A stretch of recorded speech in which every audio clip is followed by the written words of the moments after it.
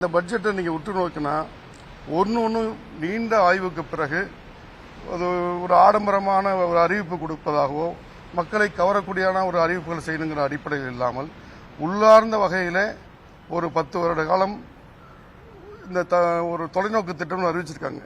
அந்த தொலைநோக்கு திட்டத்தை செயல்படுத்தக்கூடிய வகையில் என்னென்னலாம் அதுக்கான அஸ்திவாரங்கள் போடப்படக்கூடிய என்ற அடிப்படையில் அதுவும் ஒரு 2 வருடத்திலே அதையெல்லாம் செயல்பாட்டுக்கு கொண்டக்கூடிய வகையில் அடித்தளமிடக்கூடிய வகையில் இந்த நிதிநிலை அறிக்கை தாக்கல் செய்யப்பட்டிருக்கிறது. நிச்சயமாக மக்கள் விரும்பக்கூடிய வகையிலே அதனுடைய செயல்பாட்டுக்கு வரும்போது மக்கள் அதனுடைய பலனை நிச்சயமாக உணர்வார்கள். எதிர்க்கட்சி தலைவராக இருக்கக்கூடிய உதயநிதி இதுக்கு இந்த பட்ஜெட்டுக்கு 0 மதிப்பு கொடுத்திருக்காரு. அதை எப்படி நீங்க பாக்குறீங்க? அவருடைய பார்வை ஏதாவது சொல்லிட்டேன். அவர் எதிர்க்கட்சியா இருக்கக்கூடியவங்க அதை பாராட்டினா தானே செய்தி. இது எதிர்ப்பு தெரிவித்து 0 சொல்றது 5 மார்க் 10 மார்க் சொல்றது இயல்பா விமர்சனத்தில் சொல்றதானே.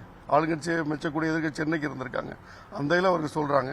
இன்னும் சொல்ல போனால் இதுவரை நடந்து வந்த ஆட்சிகள் எல்லாம் எந்த நிதிநிலைக்கு எப்படி அறிவித்தார்களோ அதை விட சிறப்பான ஒரு நிதிநிலையாக இருப்பதற்கு ஒரு காரணம் நிச்சயமாக ஊழலற்ற ஒரு நிர்வாகம் என்ற காரணத்தினால் வருடம் பல்லாயிரக்கணக்கான கோடிகள் இது போன்ற விஷயங்களுக்காக லீக்கேஜ்னு வார்த்தை சொல்லிக்கிட்டே இருக்காங்க அந்த பட்ஜெட்டில். அதுமாரி போனதெல்லாம் தடுத்து நிறுத்தினாலே லட்சக்கணக்கான கோடிகள் இந்த தமிழக மக்களுக்கு தமிழ்நாட்டுக்கு நலன்படக்கூடிய வகைக்கு அது திட்டங்களாக உருப்பெறுவது மாற்று கருத்தல்ல.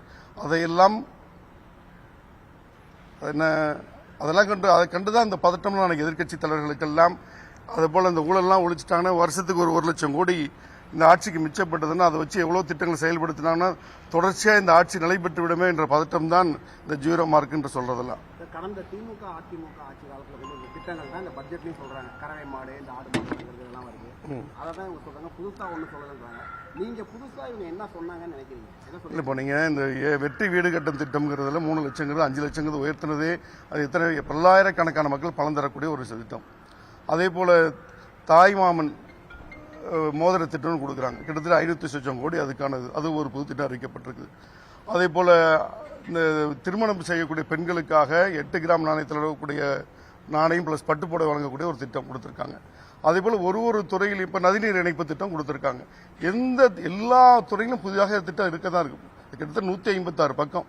அது முழுமையா நீங்க படிச்சீங்கன்னா தெரியும். ஒரு துறையின் சார்பிலும் ஏதாவது திட்டங்கள் இருக்கதான் செய்யுது. நான் அமைச்சராக பொறுப்பேற்றிருக்கக்கூடிய சிறுபான்மை நலத்துறை சார்பில் 5 அறிவிப்பு இருக்குது. அதுவும் இல்லாமல் வரக்கூடிய 27ஆம் தேதி மானிய கோரிக்கைகளை குறைந்தது 10 திட்டமாவது இந்த சிறுபான்மை நலத்துறையில் நாங்கள் அறிவிக்க இருக்கிறோம். இந்த நிதிநிலையில் அறிவித்த தொடர்ந்து அதேபோல ஒவ்வொரு துறையிலும் அது போன்ற அறிவிப்புகள் நிச்சயமாக இடம்பெறும். நிச்சயமாக ஒரு சிறப்பான நிதிநிலை அறிக்கை என்பது மாற்றுகிறது.